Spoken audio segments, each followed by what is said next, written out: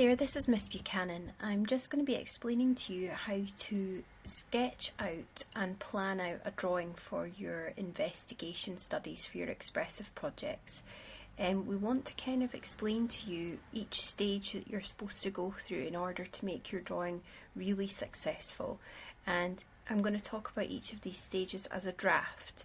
So if you're being asked to send in certain drafts for your drawings, this is what they are basically, and it's shown to you in a kind of visual form. What we don't want to happen is that you hand in a drawing that you feel is completed and finished, and unfortunately you've kind of missed the feedback that you would be getting in class that would help you to make improvements as you go. So what I've done here is I'm going to kind of talk you through drawing an object.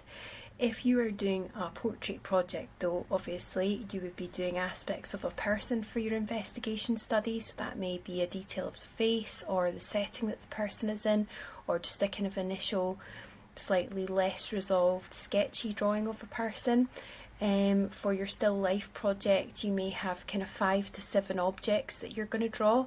So this is me sort of demonstrating with one object I would choose for my still life project.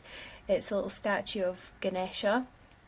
I've drawn it from life sitting in front of me because I've completed this drawing in one sitting. However, you might want to take a photograph of it, which is going to allow you to kind of crop areas of it if you just want to focus on one area. It's also going to help you to have consistency with the lighting, so that if you were to come back to this drawing 4 or 5 times, the lighting would be the same.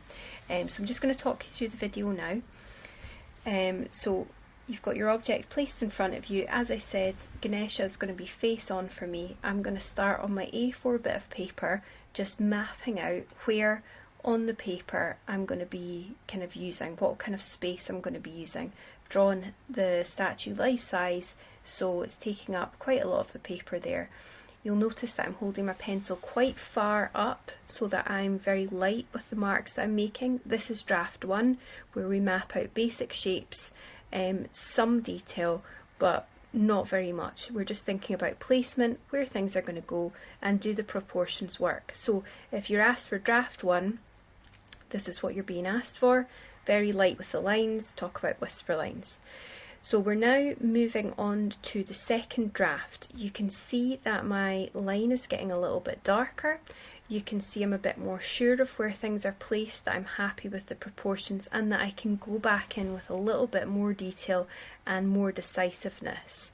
You'll notice that my hand has kind of gone down to about the middle of the pencil here, so I've got a little bit more control with my movement. I'm less sketchy and I'm more definitive with my lines.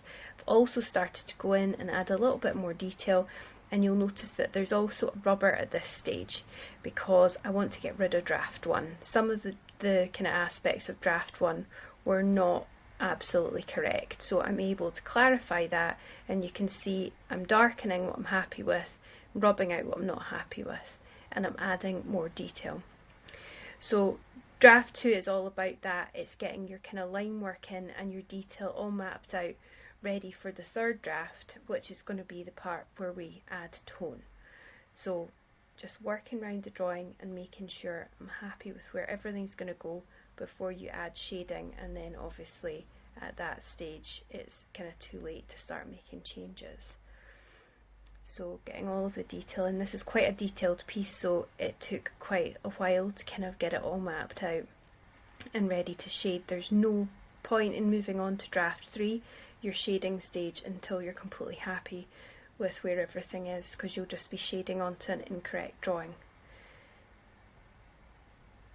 And you've got to bear in mind with a tonal study as well, some of these outlines are going to be useless later on, but they're just there to give me a guideline.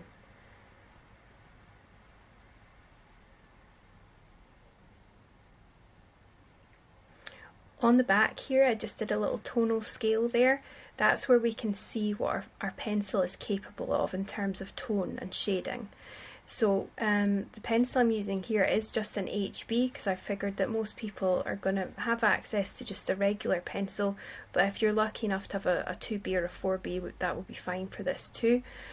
It's a tonal study, so all we're doing is we're using the kind of scale that the pencil can allow us. So the darkest tones for the shadows, we've got a lot of mid-tone that's going to go in here, and this is a reflective object.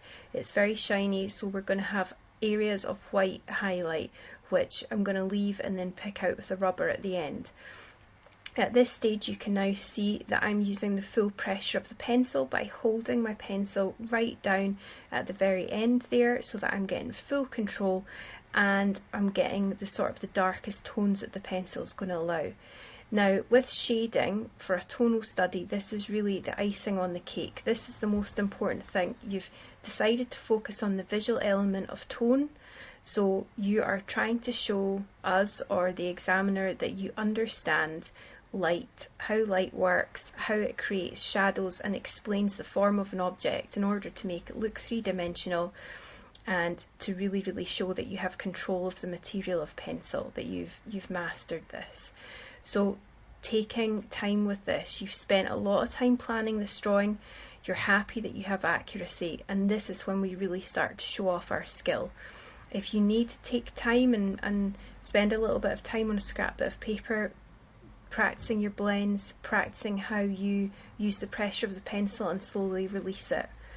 So here I'm just putting in all the darker patches of tone, especially that kind of band across the belly of Ganesha where there was some kind of reflection of me sitting in front of it, that's been reflected in that kind of spherical shape. Putting in some mid-tones there, which is more of the kind of grey areas that are going to help to start to describe the form of the object and make it look curved and three-dimensional and solid. I'm leaving the whiter areas of highlight, but I'm being careful not to leave too many because we want to be using, as I said, the full range of tones that we have. You're really carefully working around objects. It's not about colouring in. I don't want to see whether you're using coloured pencil or chalk or anything. There's no just shading areas in. You need to carefully look for the nuances, carefully look for the differences from one tone to another. How does one slightly darker shade of grey next to another show or describe the other part of the object? It's really about looking for very subtle changes. So give yourself a chance, take the time, concentrate and really get into it, because it's those subtleties that will set the drawing aside from another. So it's about really taking your time and being careful. And at this stage, especially with a softer pencil, if you're doing a really kind of darker tonal study, you are probably going to have to keep sharpening your pencil because you use quite a lot of graphite. With something like this, I would suggest having a bit of scrap paper under your hand, because you can see that the hand I'm drawing with is moving around the picture, and especially the darker bits of soft shading, that I'm going to be smudging that with the back of my hand, which is fine. You can tidy it up at the end, but if you want to be quite neat and meticulous and don't want to have to tidy up at the end, then I would suggest putting a bit of paper under your hand, because by the time I work my way up to that left hand, I'm going to be smudging belly, and I'm just going to be giving myself more work to go back into. So as I said, this is quite a detailed piece. Don't expect yourself to do all the drafts in one sitting. I would suggest with something quite detailed, you might want to spend an hour, even just mapping out to get it right. Draft 2, sort of being sure and kind of going back in and darkening your lines, you might want to spend another hour on that. And the tone for something like this would be a kind of 2 or 3 hour process to give yourself the best chance. Don't try and do that in one sitting. You will lose your attention span, you won't do your best work, and you're sometimes better moving away, especially after draft 2, giving yourself space and coming back to it. And as I said, you could do that by having photographs of your object, or you could, if you've got the object itself, just coming back to it and placing it back out. But bearing in mind, with something reflective like this, if you do it at a different time of day or you place it in a different room, the light will be different and it may affect how easy it is for you to kind of just pick up where you left off. I would suggest if you are taking photographs, don't take them on a mobile phone and work from a mobile phone screen. You're not giving yourself the best chance at all of creating a good observational study.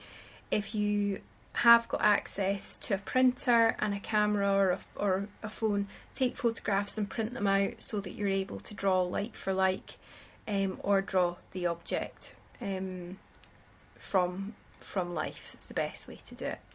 So look forward to seeing some of these investigation studies. Hand them in at draft 2 so that you're getting the best chance of getting any feedback before you finish them off.